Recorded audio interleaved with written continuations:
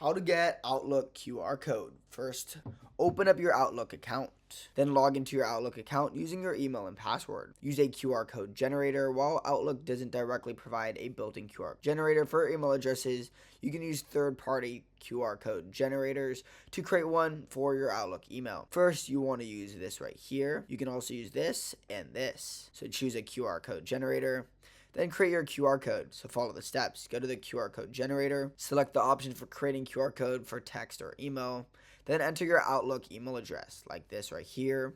Then if you're using email option, the tool may automatically add mail to before your email, which allows the QR code to directly open an email app when scanned. You can also customize your QR code and then generate and download your QR code. After entering your Outlook email address and customizing the QR code, click the generate button. The QR code will be displayed on the screen. You can now download it by clicking the download and save. Then use your QR code. You can print it on business cards, flyers, or any marketing material, or you can share it digitally by attaching it to emails or your website. Keep in mind that this tutorial only uses official available tools and services that comply fully with Outlook's terms of service and YouTube's community guidelines. Subscribe.